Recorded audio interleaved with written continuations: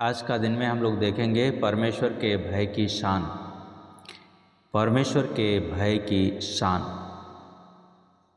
यदि आज का दिन में हम अपने चारों ओर दृष्टि करें और चारों ओर अपनी नज़र को दौड़ाएं, तो हमें एक बात जो हम लोगों के समक्ष में आती है वो ये है कि आज प्रत्येक व्यक्ति किसी न किसी तरीके से भयभीत है, किसी न किसी तरीके से डरा हुआ है। आज लोग अनेक प्रकार के भय से भयभीत हैं। किसी को भूकंप का भय है, किसी को अकाल का भय है, किसी को सुनामी का भय है, किसी को अब बीमारी का भय है, किसी को बाढ़ का भय है, किसी को मृत्यु का भय है, किसी को हार का भय है, किसी को असफलता का भय है। इन सब के साथ में ही अनेक ऐसे लोग हैं जिनको अपने दुराचारी पति का, तो किसी को किसी दुराचारी पत्नी का, किसी को बदनामी का भय है, तो किसी को अधिकारी का भय है, किसी का जीवन में भय ही भय है। अत्यधिक भय के कारण आदमी या इंसान कहेंगे तो वो बीमारी की हालत में चला जाता है या बीमारी का शिकार बन जाता है और उसकी मनोदशा जो है वो दिन प्रतिदिन बिगड़ती जाती है। प्रिय भाइयों और बहनों, आइए हम वचन की गहराइयों में चलें और समझें कि बाइबल भय के बारे में हमें क्या बताती है या क्या शिक्षा हमें देती है। एक वर्ष में 365 दिन होते हैं और पवित्र शास्त्र बाइबल में 365 बार ये लिखा हुआ है, डरो मत। अर्थात वर्ष का एक एक दिन के लिए परमेश्वर ने अपने लोगों को ये वचन दिया है कि रोज परमेश्वर हमसे और आपसे कहता है कि डरो मत। प्रभु यीशु मसीह कहते हैं कि उसके लोग बिना भय के आगे बढ़ते हैं। जो परमेश्वर का लोग है वो बिना भय का आगे बढ़ता है। सेना का सेना नायक वो जवानों का हौसला बढ़ाते समय या बढ़ाते हुए कहता है, दुश्मन का सामना करो, डरो नहीं, विजय हमारी होगी। दुश्मन का सामना करो, डरो नहीं, विजय हमारी होगी अवश्य ही। मत्ती 10 उसका 31 में प्रभु यीशु मसीह कहते हैं, डरो नहीं, तुम बहुत गौरैयों से बढ़कर हो। हमारी और आपकी तुलना एक गौरैया से की गई है। जिस प्रकार से एक गौरैया आकाश मंडल में उड़ती है, वो इधर उधर चलती है, लेकिन जब तक परमेश्वर की आज्ञा नहीं होती है तब तक वो नीचे जमीन पर नहीं गिरती है। प्रिय भाइयों और बहनों, प्रभु परमेश्वर ने आपको ये कहना चाहता है कि तुम्हारा जो मूल्य है वो गौरैयों से या पक्षियों से बढ़कर है। हमारी और आपकी जो कीमत है परमेश्वर का दृष्टि में वो बहुत है। परमेश्वर का वचन ये भी कहता है, तुम मेरी आँख की पुतली हो, जो कोई तुम्हें छूता है वो मेरे आँख की पुतली को छूता है। इसलिए मसीही समाज का लोग या मसीही लोग भयभीत नहीं होता है, वो डरता नहीं है और इसलिए वो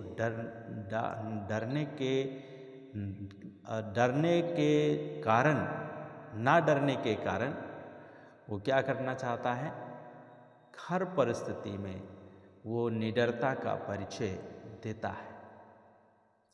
प्रभु यीशु मसीह कहते हैं, जो शरीर को घात करते हैं, मत्ती 10 उसका 28 में, जो शरीर को घात करते हैं पर आत्मा को घात नहीं कर सकते, उनसे मत डरो।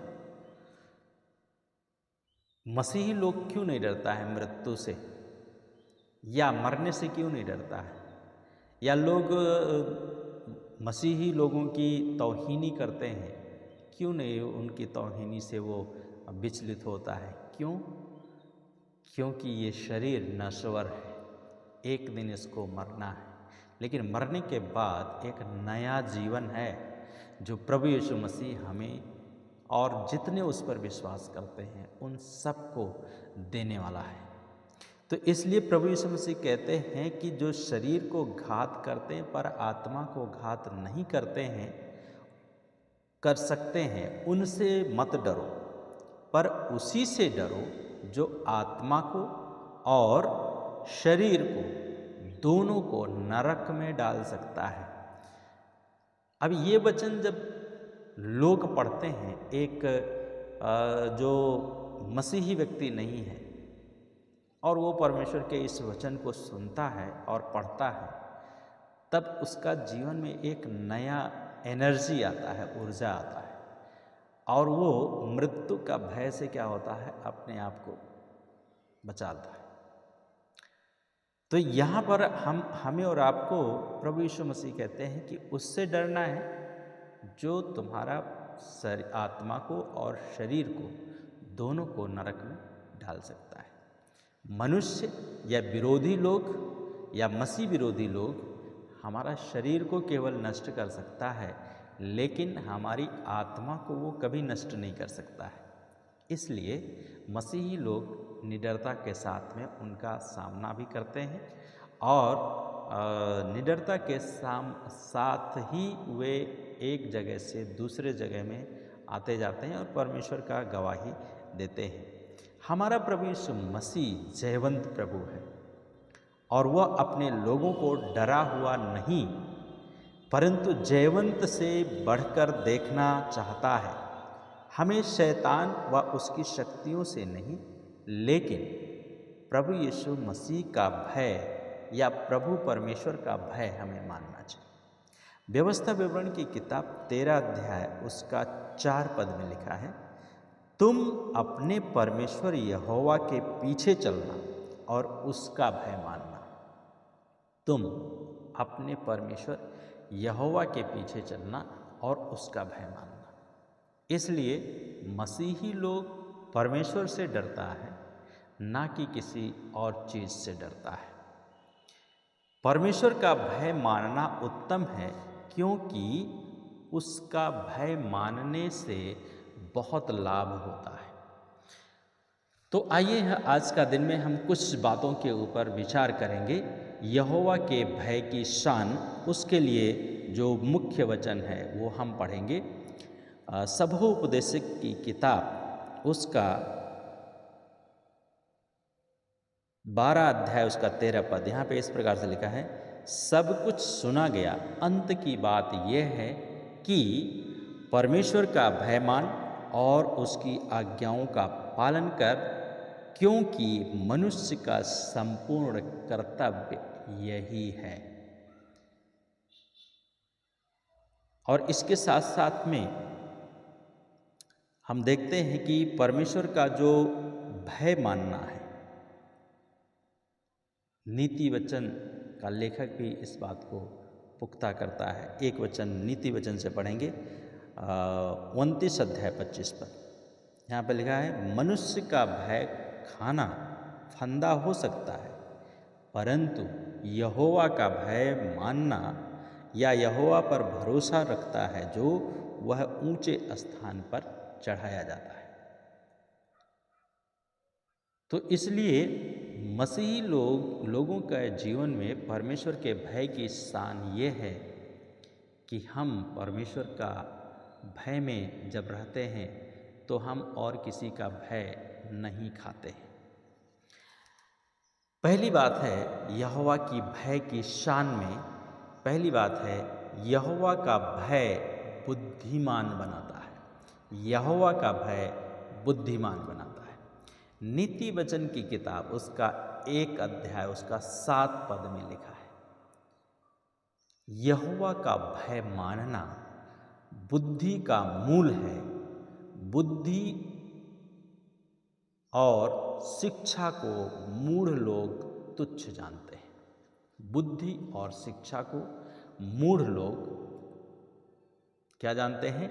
तुच्छ जानते हैं। या बेकार जानते हैं या छोटा जानते हैं। सत्य है, जो लोग परमेश्वर का भय मानते हैं, परमेश्वर उन्हें बुद्धि से भर देता है। यदि हम परमेश्वर के साथ में चलते हैं तो। मैं स्वयं एक गांव के किसान का बेटा हूं और मैंने 20 वर्षों तक, आज का समय से 20 साल पहले, 20 साल नहीं, आज से 25 साल पहले से हम इस बात को जानते हैं। और मैं लोगों के सन्मुख कई बार घबराता भी था, कई बार कोई डांट दिया तो डरता भी था, या उससे बात नहीं करना चाहता था, या कहीं और जाना है, आना जाना है, किसी ऑफिस में आना जाना है, तो एक जो आम व्यक्ति होता है, एक जो छोटा व्यक्ति होता है, वो क्या होता है, घबराता है। कई लोग ऐसे होते हैं जो बैंक में नहीं जा सकते थे, कई लोग ऐसे होते थे जो अधिकारियों के पास भी नहीं जा सकते, कई लोग ऐसे होते थे जो पुलिस के पास भी नहीं जा सकते थे, प्रशासन के पास भी नहीं जा सकते थे, तो ट्रेन में रिजर्वेशन के लिए नहीं जा सकते, कैसे उसको रिजर्वेशन कराया जाता है। तो ये सब जो है कई एक प्रकार के लोगों की घटनाएं होती हैं, लोगों के साथ में घटती हैं। मैं भी जब पहली बार रिजर्वेशन कराया था तो 2003 में मैंने रिजर्वेशन कराया था, और पहली बार अपने जीवन में।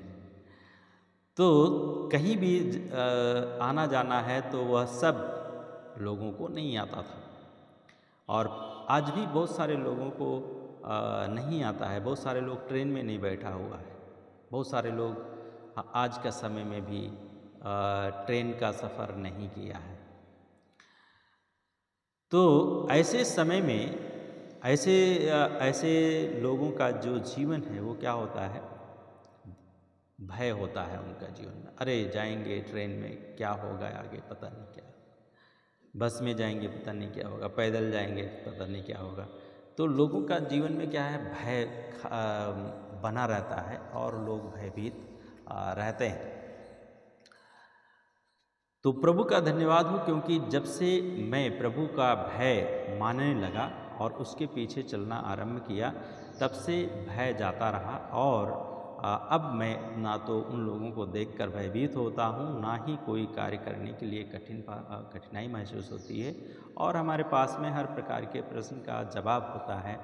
और मेरे जब मैंने हाई स्कूल पास किया, उसके बाद में इंटर जब पास की, तो इंटर में मैं 2 बार फेल हुआ, लेकिन डर नहीं था, लेकिन फिर भी मैं 2 बार फेल हुआ। तो तीसरी बार फिर मैंने इंटर का एग्ज़ाम दिया और उसमें पास हुआ। तो हौसला जो है, उसके बाद में हमने बैचलर ऑफ थियोलॉजी की। तो हमें और आपको ये देखना है कि परमेश्वर का जो भय मानता है वो बुद्धि का मूल और शिक्षा को प्राप्त करता है, लेकिन जो परमेश्वर का भय नहीं मानता वे बुद्धि को और शिक्षा को क्या करते हैं, बेकार समझते हैं।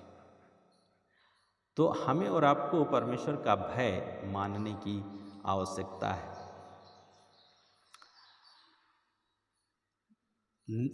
कुलुस्सियों की किताब उसका 2 अध्याय और उसका 3 पद में इस प्रकार से लिखा हुआ है। कुलुस्सियों की किताब उसका 2 कुलुस्सियों की किताब 2 अध्याय और उसका 3 पद में इस प्रकार से लिखा है कि उसमें बुद्धि और ज्ञान के समस्त भंडार छिपे हुए हैं। उसमें प्रभु यीशु मसीह में बुद्धि का और ज्ञान का भंडार, हर एक प्रकार का भंडार प्रभु यीशु मसीह में छिपा हुआ है।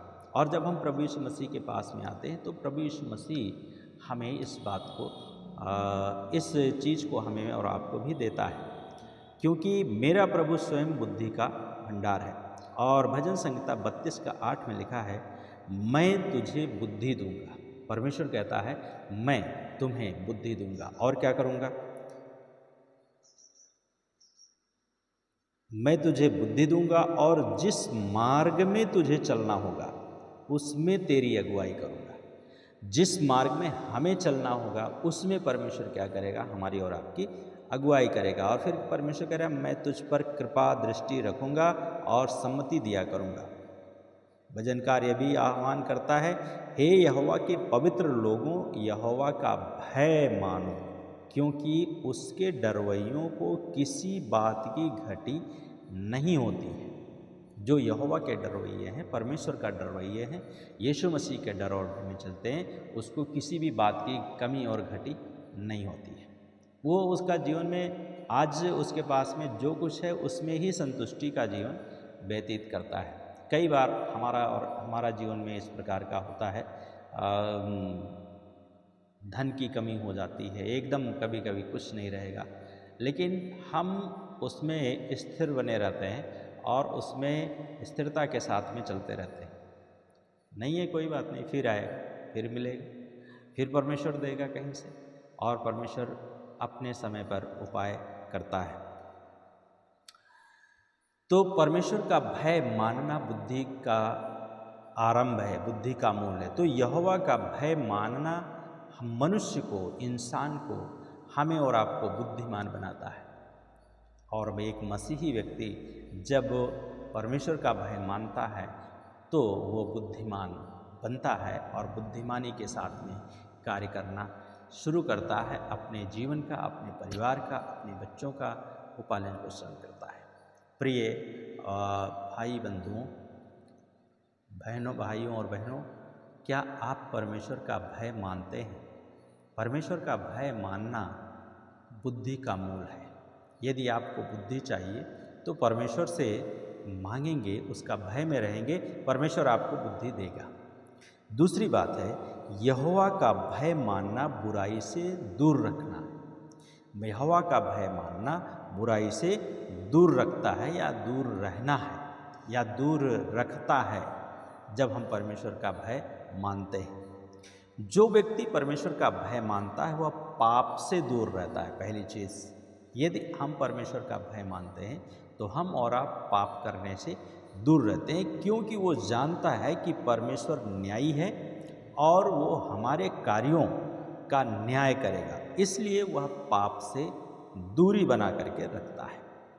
तो हमें और आपको भी अपने जीवन में यदि हम परमेश्वर का भय मानेंगे तो हम पाप से या दुष्ट लोगों से दूरी बना करके रखेंगे। नीति वचन की किताब 8 अध्याय उसका 13 पद में लिखा है, यहोवा का भय मानना बुराई से बैर रखना है। यदि हम परमेश्वर का भय मानते हैं तो हम निश्चय ही बुराई से दूर रहेंगे, अपने आप को रखेंगे। और फिर कह रहा है, घमंड, अहंकार बुरी चाल से और उलट फेर की बातों से भी बैर रखती है। तो यहोवा का जब भय मानने वाला व्यक्ति होता है वो घमंडी नहीं होता है और अहंकार उसके अंदर नहीं होता और उसके अंदर बुरी चाल नहीं होती, मतलब खराब चाल नहीं होती है या बदचलन नहीं होता है वो, और उलट फेर की बात नहीं करता है, मतलब इधर की भी बात उधर की बात, ऐसा वो उसका जीवन में नहीं होता है। तो इसलिए वो जो परमेश्वर का भय मानता है वो बुराई से अपने आप को दूर रखता है। नीति वचन 8 का 13 पद में हम लोग पढ़ते हैं पवित्र शास्त्र बाइबल में। पौलुस लिखते हैं फिलिपियों की किताब 2 अध्याय 12 पद में, हे प्रियों या हे प्यारों, जिस प्रकार तुम सदा से आज्ञा मानते आए हो वैसे ही अब भी ना केवल मेरे साथ रहते हुए पर विशेष करके अब मेरे दूर रहने पर भी डरते और कांपते हुए अपने अपने उद्धार का कार्य पूरा करो। अपने अपने उद्धार का कार्य पूरा करो। कब? डरते हुए, कांपते हुए। तो एक मसीही व्यक्ति या एक पासवान अपने साथ आए हुए संगति में परमेश्वर के विश्वासियों को ये शिक्षा देता है, चेतावनी देता है कि मैं रहूं या ना रहूं, लेकिन आपको परमेश्वर का भय मानना है और भय मानते हुए अपने जीवन में उद्धार के काम को पूरा करना है। क्या आप अपने जीवन में यीशु मसीह को जानने के बाद उद्धार के कार्य को पूरा कर रहे हैं या नहीं कर रहे हैं?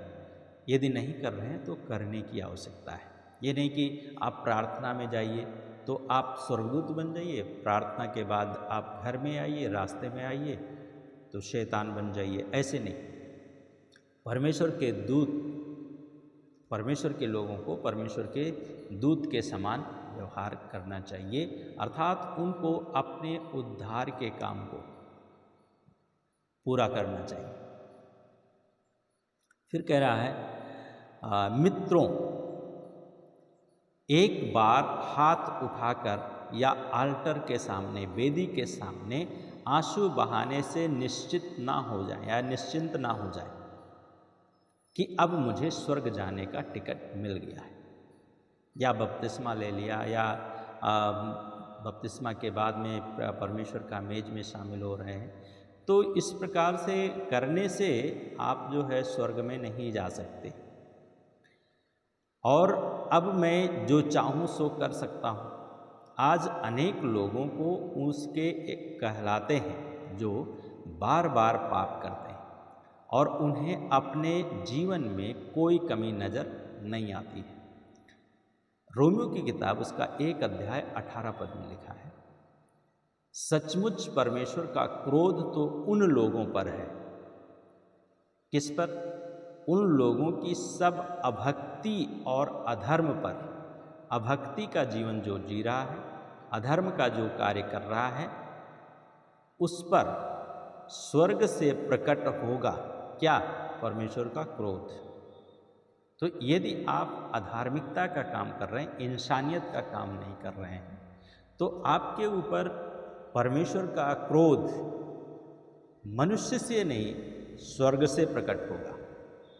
और उसके बाद में लिखा है, जो सत्य को अधर्म से दबाए रखते हैं। आज कितने लोग परमेश्वर के सत्य को अधर्म से, अपने अधर्म के कामों से दबाए रखते हैं, चाहे वो मसीह विरोधी हो, कहीं भी हो, जहाँ भी आप कर रहे हैं, आपके कार्य करने के तरीके से परमेश्वर का सच्चाई छुप नहीं सकता है। जैसे किसी ने कहा कि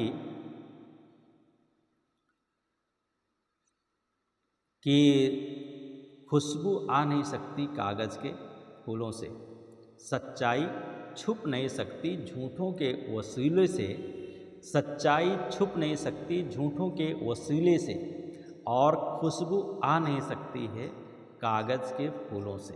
तो जिसने भी कहा ये शायरी, उसने सही कहा। तो सत्य को आप उसको दबा नहीं सकते। हमारा जो भारतीय मुद्रा है उसमें भी लिखा है क्या? सत्यमेव जयते, अर्थात सत्य की हमेशा जीत होती है। और आज कितने लोग सत्य के कारण जेल में जा रहे हैं। असत्य लोग बाहर घूम रहा है, दोष लगाने वाला बाहर घूम रहा है, लेकिन वो अंदर जा रहा है। लेकिन जब वो न्यायालय में जा रहे हैं, जज उनको कुछ ना मिलने के कारण उनको क्या कर रहा है? वहाँ से रिहा कर रहा है। तो इस प्रकार का जो जीवन है, असत्य जो है सत्य से पराजित नहीं हो सकता, परेशान हो सकता है, लेकिन पराजित नहीं होगा।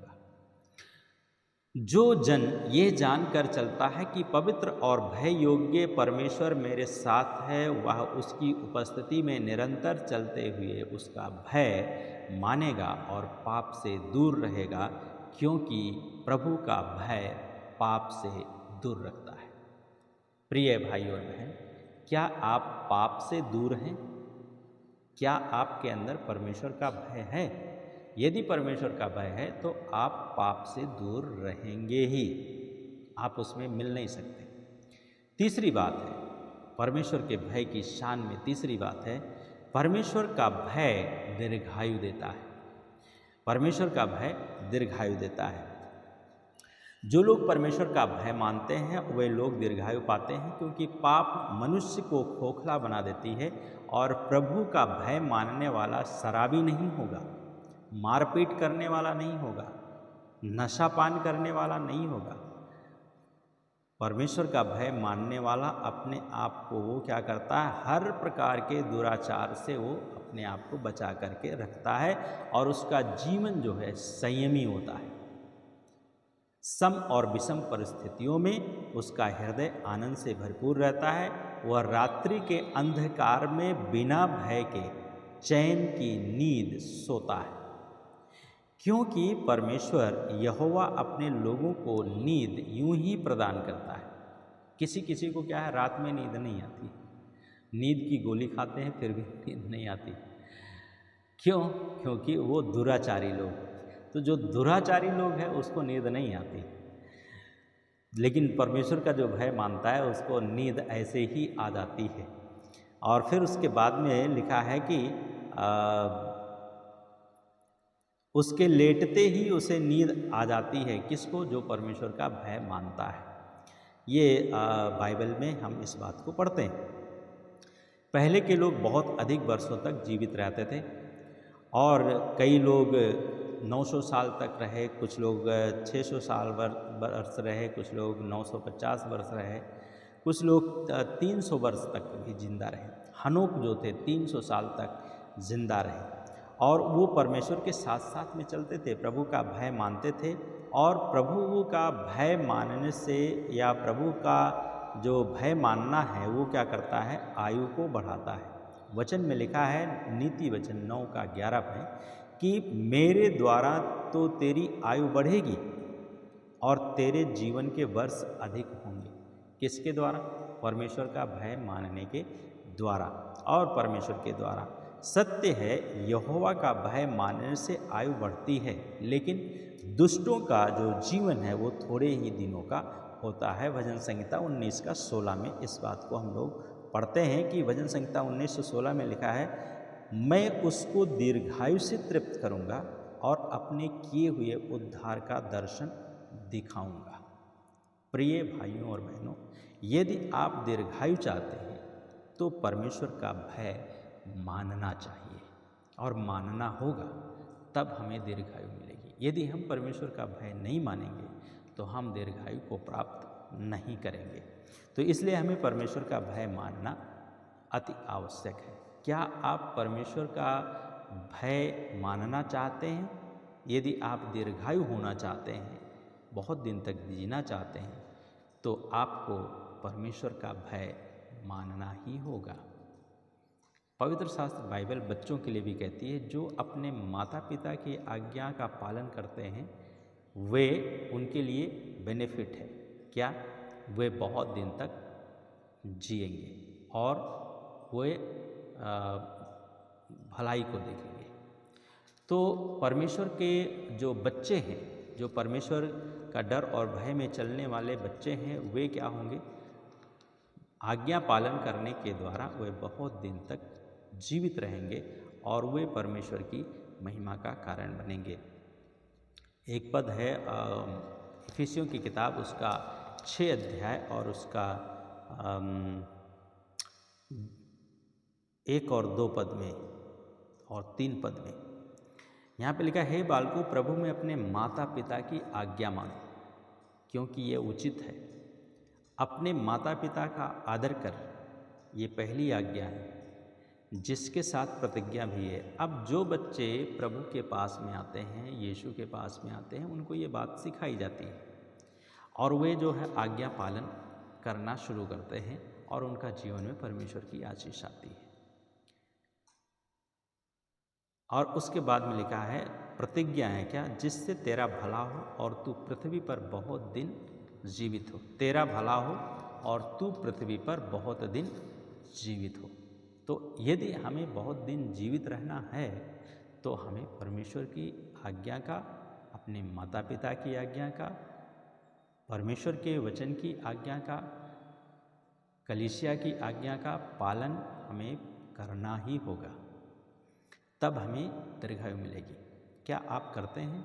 यदि नहीं करते हैं तो करना सीख जाइए। परमेश्वर सचमुच में आपको आशीष देंगे। चौथी बात है, परमेश्वर का भय मानने का फल या प्रतिफल क्या है? परमेश्वर का भय मानने का प्रतिफल ये है नीति वचन 22:4 में लिखा है, यहोवा का भय मानने का फल या प्रतिफल क्या है? धन है, महिमा है और जीवन है। परमेश्वर का भय मानने का 3 बेनिफिट है। वो पहला है धन है, दूसरा महिमा है और तीसरा जीवन है। ये तीनों चीज़ आज मनुष्य को चाहिए, हर एक को चाहिए। कोई भी ये नहीं चाहता है कि हमें धन नहीं चाहिए, या कोई ये नहीं चाहता कि हमें आदर और सम्मान नहीं चाहिए, कोई ये नहीं चाहता कि हम और ज़्यादा दिन तक जीना नहीं चाहते। ऐसा कोई इंसान है तो आप बता सकते हैं। लेकिन हर एक इंसान ये तीनों चीज़ चाहिए, तो मिलेगा कैसे? अब मसीही लोग, पासवान लोग क्या करते हैं? यही काम करते हैं। तो एक जो अनाज्ञाकारी व्यक्ति होता है उसको ये वचन की शिक्षा देते हैं। जब इस वचन को मानना शुरू कर देता है तो उसके पास में धन भी आना शुरू हो जाता है, महिमा भी आना शुरू हो जाता है। एक शराबी व्यक्ति, एक नशेड़ी व्यक्ति, एक व्यभिचारी व्यक्ति जब परमेश्वर के वचन को सुनता है और सुन करके यीशु के पास में आता है तो उसका जीवन में परिवर्तन दिखाई देता है लोगों। तब लोग कहते हैं, अरे भाई क्या हो गया है आपको? आप बदले बदले से दिखाई दे रहे हैं। हाँ भैया, हम बदले बदले दिखाई दे रहे हैं। हाँ बहन, हम बदले बदले दिखाई दे रहे हैं। क्यों? क्योंकि हम जो है यीशु मसीह की आज्ञाओं को मानते हैं, यीशु मसीह की बात को हम मानते हैं, यीशु के वचन को हम मानते हैं। इसलिए हमारा जीवन में परिवर्तन हो गया है। अच्छा ईसाई बन गया है, धर्म बदल लिया है। अब इसमें धर्म की बात कहाँ आ जाती है? वो तो एक गिरा हुआ शराबी व्यक्ति था, नशेड़ी व्यक्ति था, व्यभिचारी व्यक्ति था, पाप करने वाला व्यक्ति था, हत्या करने वाला व्यक्ति था। लेकिन जब परमेश्वर का वचन उसका जीवन में आया और वो परमेश्वर का भय मानने लगा तो उसका जीवन में ऑटोमेटिक चेंज हो गया। तो उसे धन भी मिलने लगा और उसका लोग आदर और सम्मान घर में करने लगे, पड़ोस वाले भी करने लगे और उसके पास में जीवन भी आ गया। तो प्रभु यीशु, जिसके पास में प्रभु यीशु मसीह है उसके पास में जीवन है। प्रभु यीशु मसीह ने कहा, मार्ग, सत्य और जीवन में ही। तो जीवन देने का अधिकार प्रभु यीशु मसीह के पास में, और वो हमें और आपको जीवन देता है। प्रभु यीशु मसीह कहते हैं, मैं पापियों को बचाने के लिए आया हूँ, नष्ट करने के लिए नहीं आया, मारने के लिए नहीं है, पापियों को बचाने के लिए आया है। इसलिए यदि हम अपने पाप से मन फिराते हैं और मन फिराकर परमेश्वर के पास में आते हैं तो हमारे अंदर परमेश्वर का भय ऑटोमेटिक आ जाता है और हम उसका भय मानना शुरू कर देते हैं, उसके साथ में रहते हैं। बाइबल में ऐसे अनेक लोग भी हुए हैं जिसके पास में अथाह धन था, जैसे इब्राहिम या अयूब और सुलेमान राजा। आज भी बहुत से परमेश्वर के लोग हैं जो अपने धन से दान देकर सेवा में सहयोग करते हैं और उनके आर्थिक सहयोग के कारण अनेक सेवाएं सुचारू रूप से अच्छा से चलाई जाती हैं और चल रही हैं। जो लोग परमेश्वर का भय मानते हैं, प्रभु उन्हें महिमान्वित करता है, गौरवान्वित करता है, और अनेकों सेवक हैं जो सच्चाई से चलते हैं हुए प्रभु का भय मानते हैं, जिससे प्रभु ने उन्हें अत्यधिक महिमान्वित किया है। जैसे साधु सुंदर सिंह परमेश्वर का डर और भय में चलते थे, भक्त सिंह, और अब वे प्रभु इस संसार में नहीं रहे, वो प्रभु के पास में हैं। डॉक्टर बिली ग्राहम, जिन्हें प्रभु अभी भी महिमा दे रहा था और उनको दीर्घायु दिया था, दीर्घायु से तृप्त किया था। जो प्रभु का भय मानता है उसको परमेश्वर क्या करता है? उन्हें उससे जीवन मिलता है, और ऐसा जीवन जो उमड़ने वाला भरपूर जीवन का या अनंत जीवन का सोता बन जाता है। बाइबल में लिखा है कि यहोवा का भय मानने से जीवन बढ़ता है और उसका भय मानने वाला ठिकाना पाकर सुखी रहता है। तो प्रिय भाइयों और बहनों, क्या आप सुखी रहना चाहते हैं, क्या आप जीवन देखना चाहते हैं, तो आपको परमेश्वर का भय मानना होगा और परमेश्वर का भय मान करके उसके पीछे चलना होगा। परमेश्वर का भय हमें मानना आवश्यक है। तो इसलिए भय मानने का जो फल है वो ये है, धन है, महिमा है और जीवन है, ये तीनों हैं। और ये आपको मिलेगा जब आप परमेश्वर का भय मानेंगे तब। यहोवा के भय की स्थान में पांचवी बात है, परमेश्वर अपने भय मानने वालों को आशीषित करता है। परमेश्वर अपने भय मानने वालों को आशीषित करता है। क्या छोटा क्या बड़े, जितने यहोवा के डरवैये हैं परमेश्वर उन्हें आशीष देता है।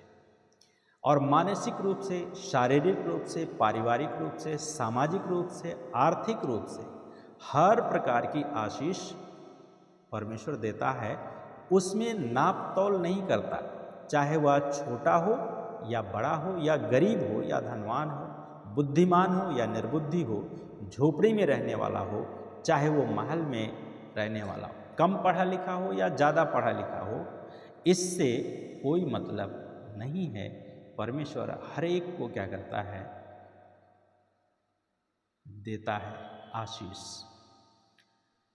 तो परमेश्वर का भय जो मानता है, प्रभु का भय मानता है, वो आशीषों का भागीदार होता है। क्या आप परमेश्वर का भय मानना चाहते हैं? यदि आपको आशीष चाहिए तो आपको परमेश्वर का भय मानना होगा। तो यहोवा की भय के स्थान में हमने 5 बातों को देखा। यहोवा का भय बुद्धिमान बनाता है, यहोवा का भय बुराई से दूर रखता है।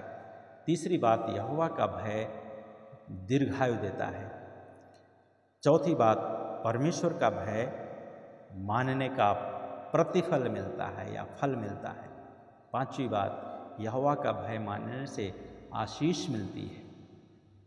प्रिय बंधुओं, क्या आप परमेश्वर का भय मानना चाहते हैं या अपने पाप में जीवन व्यतीत करना चाहते हैं? यदि आपको प्रतिफल चाहिए, धन चाहिए, आदर चाहिए, महिमा चाहिए, आशीष जीवन चाहिए, धन, महिमा और जीवन चाहिए, तो परमेश्वर का भय मानना होगा। परमेश्वर का भय मानने से मनुष्य ऊंचा स्थान को प्राप्त करता है और बुद्धिमान बनता है। बुराई व पाप परीक्षा से दूर रहता है, आयु को बढ़ाता है, धन और महिमा देता है, वह अपने डरवैयों को आशीषित करता है। मनुष्य का भय फंदा बनाता है। मनुष्य का भय मानने से क्या होगा, आपका जीवन में फंदा बन जाता है और फंदा बन करके आता है। वह दब्बू होता है और डरपोक होता है। क्या आप डरपोक हैं? यदि आप मनुष्य का भय मानते हैं तो आप डरपोक जीवन व्यतीत करें। वचन में लिखा है, नीति वचन 29 का 25, जिसको हमने शुरुआत में पढ़ा था, मनुष्य का भय खाना फंदा हो जाता है, परंतु जो यहोवा पर भरोसा रखता है वह ऊंचे स्थान पर चढ़ाया जाता है।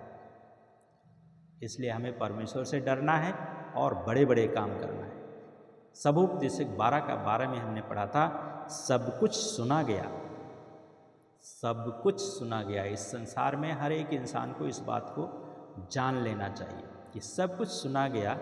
अंत की बात यह है कि परमेश्वर का भय मान और उसकी आज्ञाओं का पालन कर, क्योंकि मनुष्य का संपूर्ण कर्तव्य यही है।